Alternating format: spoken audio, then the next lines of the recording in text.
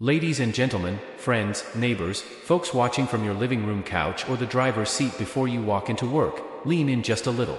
Because today isn't about yesterday's mistakes, and it isn't about tomorrow's worries. Today is about a choice you can make right now, the choice to become the kind of person success is attracted to. You see, people often ask, Zig, how do I get motivated? And I tell them, motivation is a lot like a shower, you need it regularly. But before we talk about keeping it, let's talk about getting it the right way. The right kind of motivation doesn't hype you up like a sugar rush, it builds you up like a good breakfast, steady, sustaining, and strong enough to carry you through the day. Now, I want to start with a little story, because stories are front doors to the mind. Many years ago, there was a young salesperson. I'll call him Sam. Sam walked into his first sales meeting with a brand new suit, scuffed shoes, and a heart beating like a marching band. He had memorized the brochure, polished the pitch, and practiced his smile in the mirror so many times the mirror started to smile back. But Sam wasn't selling a thing. Week after week, he came back empty-handed, tired, confused, and wearing out the same pair of shoes because he couldn't afford another. One Thursday evening, Sam slumped into a diner booth. Across from him sat an older gentleman with kind eyes and a coffee mug that looked permanently attached to his hand. "Tough day?" the man asked. Sam sighed, "Tough month." The old gentleman smiled. "Tell me, do you believe in what you're selling?" "Oh, absolutely," Sam said. "It's a good product. Best on the market." "Wonderful," the man replied. "Now tell me, do the people you meet know that you believe it?" Sam hesitated. "I suppose I'm trying to convince them." "Son," the gentleman said, "people can't borrow your belief if you never put it on the counter." That night, Sam realized something. He'd been carrying facts, but not faith. He had knowledge about the product, but he didn't have conviction in his voice. He was aiming at their wallets instead of their worries, their calendars instead of their challenges. So he made a decision. Before the next meeting, he would decide who he wanted to be, someone who sells, or someone who serves. The next morning, Sam walked into a hardware store to meet a buyer who had already told him no twice. Sam put down his bag, shook the man's hand, and said, "Before we talk business, sir, could I ask you one question? What problem have you been losing sleep over this week?" The buyer blinked. "You want to know that?" Sam nodded. "If I can't help you with what keeps you up at night, I don't deserve your daylight either." Friends, that was the day Sam stopped making calls and started making a difference. He walked out with a handshake, a small order, and a friend. And the funny thing about friends is, they multiply. What changed? Not the product. Not the price. The person changed.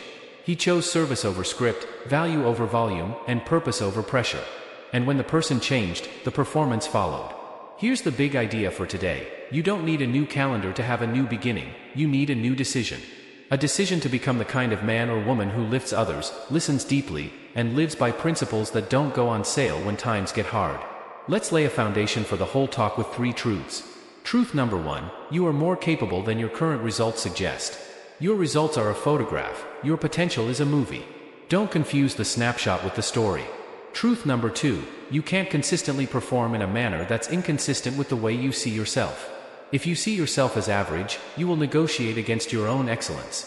If you see yourself as a person of value, you will add value before you ask for any.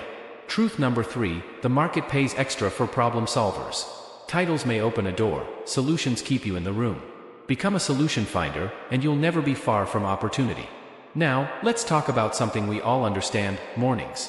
You ever notice that the day tries to tell you what kind of person you are before you've even had your coffee? Your inbox votes. Your calendar votes. Your newsfeed votes. If you don't cast your vote early, you'll get elected into someone else's plan. The most successful people I know cast their vote with a simple morning promise. Today, I will be intentional. Not perfect, intentional. Here's a simple ritual I recommend, and you don't need a fancy app, a leather journal, or a new moon to use it. Stand in front of a mirror, yes, right there where you brush your teeth, and ask 3 questions. Who needs me at my best today? Say their names. What problem am I determined to solve today? Name it. What attitude will I carry into every conversation? Choose it. 5 minutes. That's it. It's hard to stumble when you start the day on purpose. Now I know what someone's thinking. Zig, I've tried to be positive, but life keeps being life. I understand. Life has a way of handing out pop quizzes when you least expect them. But understand this, positive thinking won't let you do anything, but it will let you do everything better than negative thinking will. A positive attitude won't change the weather, but it will change the way you drive through the storm. I once met a manager who told me, "We hire for attitude and teach the rest." I asked why. He said, "Because I can't get a bad attitude to pass a good opportunity." That'll preach. Opportunity knocks, but attitude turns the handle. So let me give you a picture. Imagine two workers building a house. Same lumber, same nails, same blueprints. One is grumbling about the sun, the other is grateful for the light. Which one builds straight, steady, and safe? The same materials in different hands, different results. The same day in different attitudes, different outcomes. Here's a little exercise you can start today, and it will cost you exactly $0. It's called change a word, change a world. When you catch yourself saying, "I have to," switch it to, "I get to." I have to go to work becomes, "I get to go serve my customers." I have to exercise becomes, "I get to strengthen my body." I have to make that call becomes, "I get to make a difference." You may think that's just semantics. Friend, semantics are the steering wheel of your life. Move the words, and the world starts to move with them. Let me talk to the students, the entrepreneurs, the parents, the leaders who feel tired. Tired doesn't mean you're weak, it means you've been strong for a long time.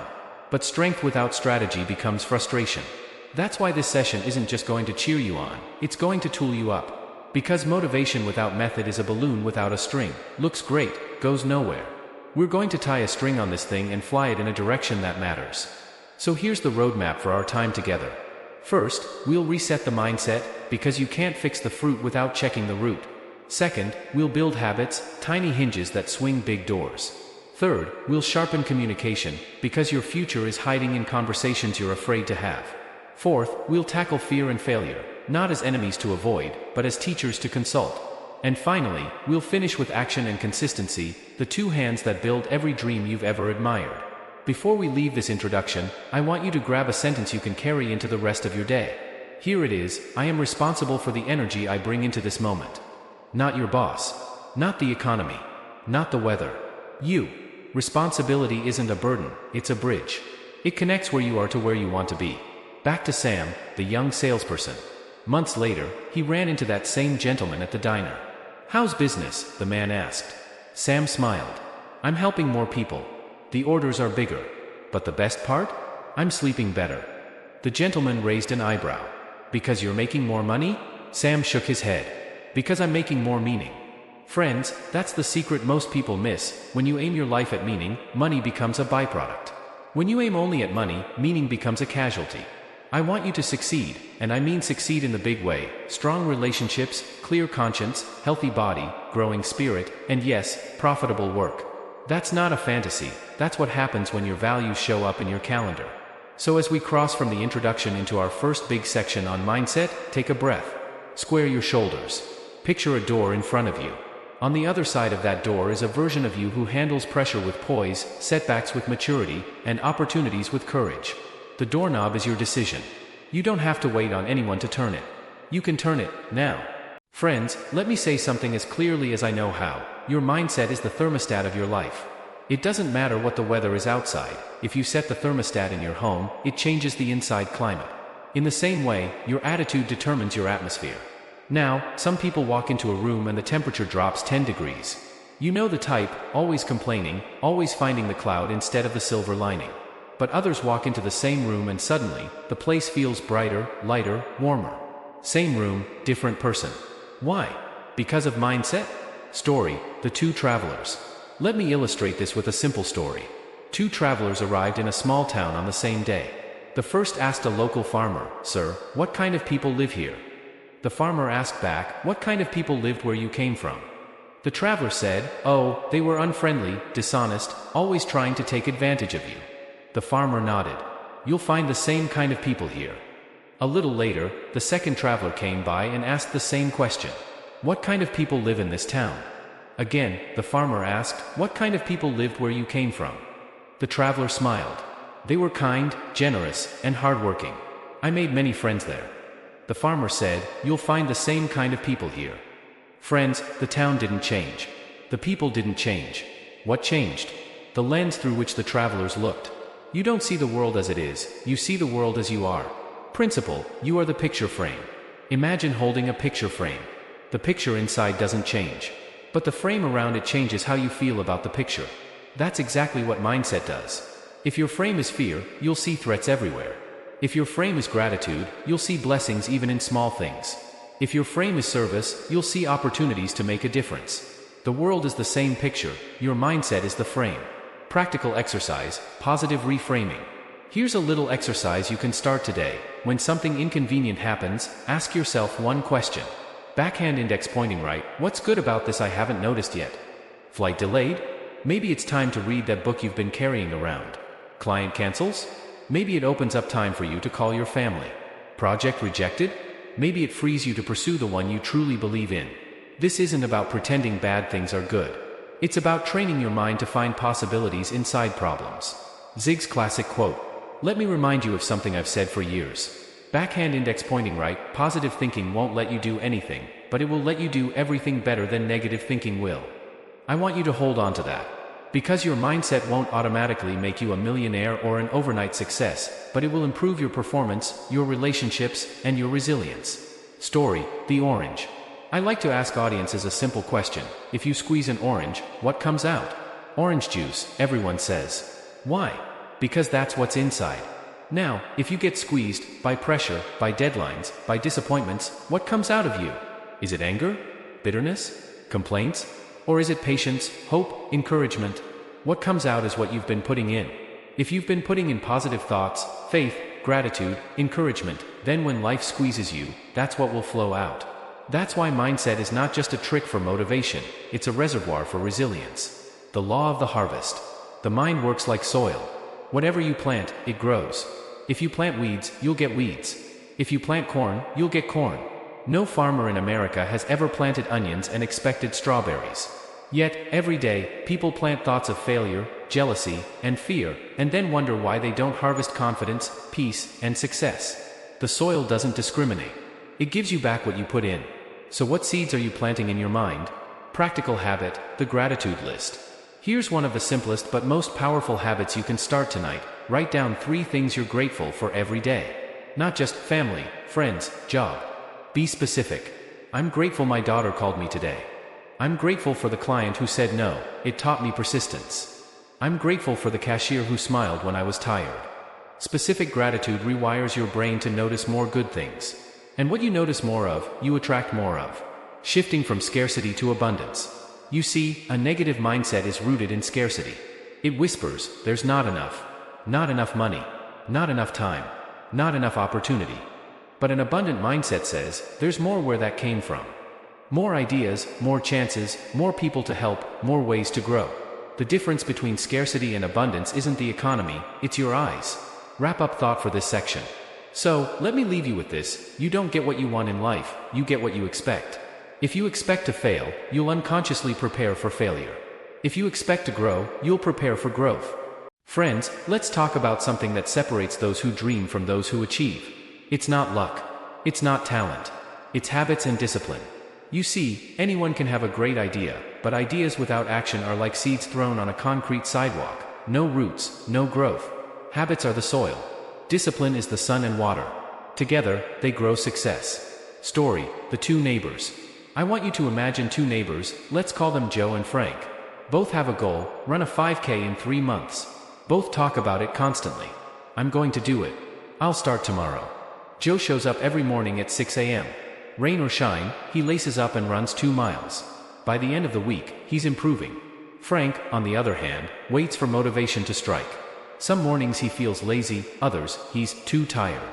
3 months later, Joe finishes the 5K. Frank finishes, well, he finishes his excuses. Friends, don't miss the point, discipline beats motivation every time. Motivation gets you started, discipline keeps you going. Habits are the engine, discipline is the driver. Principle, the compounding effect. Habits compound. One small decision every day, consistently followed, multiplies over time. Reading 15 minutes a day builds knowledge exponentially over a year. Saving $5 every day grows into thousands in a few years. Writing 1 paragraph every day eventually becomes a book. Small, consistent actions become unstoppable momentum. Zig's tip, plan your day the night before. I always tell audiences, plan your day the night before. Why? Because mornings are chaotic. Without a plan, you react, you drift, you follow everyone else's priorities. When you plan, you act. You own your day. Here's a simple formula. Write down your top 3 priorities for tomorrow. Decide when you will do them. Commit to finishing them before distractions take over. This one habit alone separates successful people from busy people. Busy is not productive. Busy is noise. Productive is action aligned with purpose. Story: The Book Writer. Consider Mary, a young woman who dreamed of writing a book. She didn't have large chunks of time. Every night, she carved out 20 minutes. Sometimes she wrote 1 page, sometimes 3. A year later, Mary held a finished manuscript. Friends, she didn't wait for the perfect day. She didn't wait for motivation. She made tiny daily deposits into her dream. That's how discipline works. Principle, habits, goals. Now, I know we love to set goals. But let me tell you a secret: habits are more important than goals. Goals set direction, habits create destination. Goal: I want to lose 20 pounds. Habit: I will walk 30 minutes every day. The goal inspires. The habit delivers. Without the habit, the goal is just a wish. Practical exercise: morning power routine. Try this tomorrow, a 30-minute morning power routine. Not for show, not for Instagram, but for impact. Move your body, walk, stretch, exercise. Wake up the engine. Feed your mind, read a page of a motivational book, listen to a short podcast. Visualize your day, imagine handling challenges calmly and confidently. Journal, jot down 1 intention and 1 gratitude. Do this consistently, and you'll notice your energy, focus, and confidence rising. Story: The Farmer's Plow. Discipline is like plowing a field. The first furrows are hard. Your back aches. The soil resists. But after consistent effort, the field becomes fertile. Seeds take root. Crops grow. Without plowing, nothing grows. Friends, your daily habits are the furrows. Every repetition tills the soil of your mind, body, and character. Keep plowing. The harvest will come. Shifting mindset, from I have to I choose to. Ziglar loved saying, you don't have to do anything, you get to choose to do it. I have to exercise, I choose to strengthen my body. I have to finish that report, I choose to deliver value today. I have to make that sales call, I choose to make a difference. Choice turns resistance into responsibility. Choice gives energy where obligation drains it. Wrap up thought for this section. Let me leave you with a thought: discipline is the bridge between dreams and accomplishment. Dreams without discipline are fantasies. Discipline without dreams is labor without direction. When you combine both, habit plus purpose, you create unstoppable momentum. Friends, ask yourself tonight, what small habit can I do consistently that will compound into massive success? And when you find it, start tomorrow. Not next week. Not next month. Tomorrow. Friends, let me tell you something I've said for decades. You can have everything in life you want if you will just help enough other people get what they want. That, my friends, is the golden rule of sales. Not tricks. Not hype. Helping. Sales is not about pushing, it's about pulling people toward solutions, toward answers, toward relief from a problem they didn't even know they could solve. The best salespeople I know aren't the ones who talk the most, they're the ones who listen the most. Story: The Silent Listener. Consider this: a salesperson walks into a potential client's office. Most would jump straight into the pitch, features, benefits, pricing. But this salesperson, let's call her Lisa, sits quietly. She asks one question after another, nods, takes notes, and then waits. The client begins to share frustrations, needs, and goals.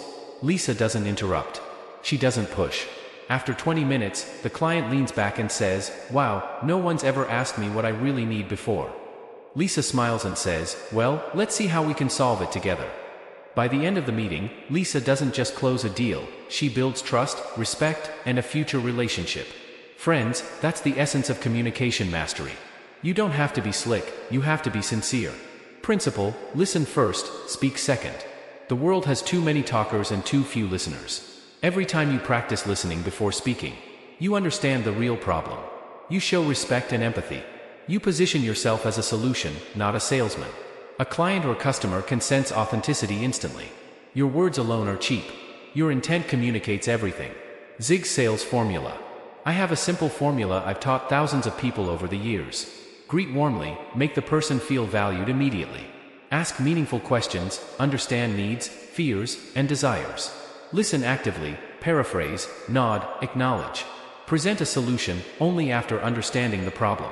Close naturally, don't force, help them see the value. Notice step 4 is not pitch first. It is present a solution second, because solutions are the currency of influence. Story: The Customer with a Problem. A business owner complained, "I don't need more sales, I need fewer headaches." Most salespeople would focus on selling more. But a skilled communicator listens and identifies the pain points. She helps implement a system that reduces complaints, streamlines workflow, and only then upsells a product that increases revenue.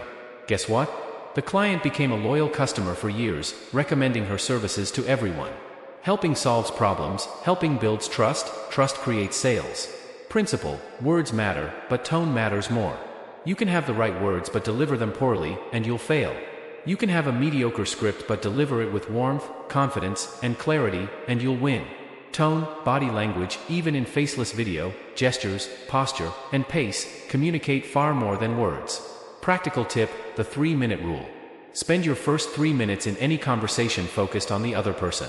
Ask, listen, and observe. By the 4th minute, you will have more information than you could from hours of monologue. Who is this person really? What do they care about most?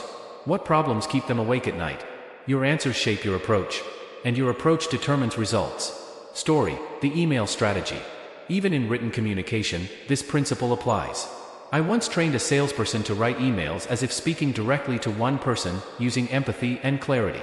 Within a week, responses increased 300%. Why? Because people recognize attention. People respond to feeling understood. In today's world, whether face-to-face or digital, communication mastery is the bridge to success. Wrap up thought for this section. So, remember, sales is service. Communication is influence. Influence is trust. Trust is the foundation of everything you want. If you want to achieve more in business, relationships, or life, stop selling. Start serving. Stop talking. Start listening. Stop convincing. Start helping. Friends, let's get honest. Fear is real. Failure is inevitable. But here's the truth that most people never fully grasp. Fear and failure are not the enemies, they are your teachers. You see, fear will show up at every important moment. It whispers, "You're not ready. You can't do this. Maybe it's too risky." But fear only has power if you give it space. The moment you act in spite of fear, it shrinks. Every time. Story: the young entrepreneur. I want to share a story about a young entrepreneur named Alex. Alex had a great idea for a product but was terrified to pitch it to investors. He rehearsed for weeks, but every time he stepped in front of a room, his hands shook and his voice faltered. One evening, he talked to a mentor. The mentor said, "Alex, what's the worst that can happen?" Alex thought for a moment. "I guess they could say no." The mentor smiled. "Exactly. They could say no. But a no is not the end. It's feedback. And feedback is priceless. Every no brings you closer to a yes if you learn from it." The next day, Alex pitched anyway. Hands still shaking, heart still racing, but he pitched. And you know what happened? He got the first yes, then a second, then the third. The fear didn't vanish, but the courage grew stronger than the fear. Principle: fear is a signpost, not a stop sign. Think of fear as a compass rather than a traffic light. When fear shows up, it points to the place where growth, opportunity, and impact reside. Do not wait until fear disappears, act in its presence. Courage is not the absence of fear, courage is acting despite fear. Failure is a step, not a definition. Friends, failure is not fatal. Repetition is not revenge. Every successful person you admire has a trail of failures behind them. Thomas Edison failed thousands of times before inventing the light bulb. Oprah Winfrey was told she wasn't fit for television early in her career. Michael Jordan was cut from his high school basketball team. Do these failures define them? No. Their response to failure defines them. Practical exercise: fail forward. I call this principle fail forward. Here's how it works. Reflect quickly. What can you learn from this mistake? Adjust your approach, change what didn't work, not your goal. Move forward immediately, don't dwell in regret, act with insight. Every failure contains the seeds of growth. Fail forward. Fail fast. Fail smart. Zig's tip: reframe setbacks. Here's a simple mindset shift. Every setback is temporary, but every lesson is permanent. Ask yourself, what is this teaching me? How will this strengthen my character? How can I use this experience to help someone else? When you reframe failure as learning, fear as guidance, life becomes a series of stepping stones instead of obstacles. Story: the mountain climber. Consider a mountain climber attempting a summit. Every step is filled with risk. Slips happen. Storms rage. Other climbers turn back. But the one who focuses on each deliberate step, learning from each stumble, eventually reaches the peak. Friends, your life is that mountain. Fear and failure are just the storms. Step by step, lesson by lesson, you will reach your summit. Wrap up thought for this section. Remember this: courage is contagious, but fear is too. Surround yourself with people who act despite fear. Study those who fail forward. Embrace setbacks as practice for greatness. Your comfort zone is lovely, but nothing ever grows there. Break through the walls of fear. Fail. Learn. Rise. Repeat. Friends, let's be clear: knowledge without action is useless. You can read every motivational book in the world, attend seminars, watch endless videos, but until you take action, nothing changes. Action is the bridge between dreams and results. Consistency is the engine that powers that bridge. One burst of action is exciting but fleeting. Regular, focused, purposeful action, day after day, builds momentum, creates habits, and produces results that compound over time. Story: The Daily Writer. Let me tell you about a writer named Clara. Clara dreamed of publishing a novel. Every day, she dedicated exactly 30 minutes to writing. Some days, she barely produced a paragraph; other days, pages flowed. She kept showing up, no matter how she felt. Months later, her manuscript was finished. What made the difference? Not inspiration. Not talent. Consistency. Showing up every single day. Action plus consistency equals results. Principle: action leads to clarity. Many people hesitate because they feel stuck or confused. Here's the secret: clarity comes from action, not thought. Start. Take one step. Learn what works, what doesn't. Adjust and move forward. Sitting and waiting for perfect conditions guarantees nothing but frustration. Action produces clarity, confidence, and opportunity. Zig's tip: the 10% rule. I always say, commit to 10% more than you think you can manage. If you plan to make 10 sales calls today, make 11. If you plan to write 500 words, write 550. If you plan to study 20 minutes, study 22. This small extra effort compounds over time into massive growth and distinction. Story: The Entrepreneur's Journey. Imagine an entrepreneur launching a new product. First launch fails. Second launch struggles. Most people quit after one or two setbacks. But the one who acts consistently, learns from each iteration, and keeps improving, eventually achieves success beyond imagination. Friends, success is rarely a lightning strike. It's the result of repeated, persistent actions taken over time. Principle: schedule action. Write down your goals. Then break them into daily, actionable steps. Schedule them like appointments. Treat them as non-negotiable. No excuses, no delays. This simple act transforms intention into accomplishment. Morning: follow up with clients. Afternoon: study and improve skills. Evening: reflect and plan next day. Consistency turns chaos into structure, doubt into confidence, and dreams into reality. Practical exercise: action log. Create an action log. Every day, record what you did, what you learned, what you will do tomorrow. Review weekly. Watch small, consistent actions turn into meaningful results. Shifting mindset, from hope to expectation. Many people hope for success. Others expect it because they show up and take consistent action. Hope is passive, expectation is active. Decide today: I will act. I will show up. I will be consistent. Wrap up thought for this section. Friends, action and consistency are the twin engines of achievement. Knowledge informs, but action performs. Consistency amplifies, compounds, and cements success. The person who shows up every day, learns from every step, and adds small increments of effort is unstoppable. That could be you. Start today, repeat tomorrow, and never stop. Friends, we've journeyed together through mindset, habits, communication, fear, failure, action, and consistency. Now it's time to tie it all together. Here's the truth that I want you to remember: success is not a secret, it's a system. It's a series of choices, repeated consistently, guided by purpose and executed with courage. Principle: choose to be great. Every morning, you are presented with a choice. Choose fear or courage. Choose excuses or action. Choose mediocrity or excellence. Your life is shaped less by circumstance and more by decisions you make daily. Excellence is not a singular event, it's a habit, a lifestyle, a commitment to being better than you were yesterday. Story: The Small Business Owner. I remember a small business owner named Tom. He faced mounting debt, declining sales, and a demoralized team. He could have quit, but he decided every day to show up as a leader, encouraging his staff, seeking new clients, learning marketing strategies, and investing in himself. A year later, Tom's business had doubled, his team was inspired, and he slept at night with pride, not just profits. Why? He chose action, consistency, and purpose over fear, doubt, and despair. Principle: service as the foundation. Remember my favorite Ziglar phrase, you can have everything in life you want if you will just help enough other people get what they want. Success is a byproduct of service. The more value you give, the more success returns. Not instantly, but consistently, over time, like interest accumulating in a bank account. Practical exercise, daily winning checklist. Here's a powerful habit to finish each day. Write down 3 wins, no matter how small. Then reflect on how you contributed to them, what you learned, and how you can improve tomorrow. This transforms ordinary days into meaningful progress. Small wins compound into big victories. Inspirational charge. Now, I want you to picture your life 5 years from now. Imagine the person you could be if you committed fully to these principles. Mindset of positivity and abundance. Habits aligned with your highest goals. Discipline and consistency as daily companions. Courage to face fear and failure. Action, repeated relentlessly. See it. Feel it. Own it. Because friends, that person is not a fantasy. That person is you, if you decide today to step into the best version of yourself. Closing quote. Let me leave you with the words I've carried for decades. You were designed for accomplishment, engineered for success, and endowed with the seeds of greatness. Your choice is simple. Start. Act. Serve. Persist.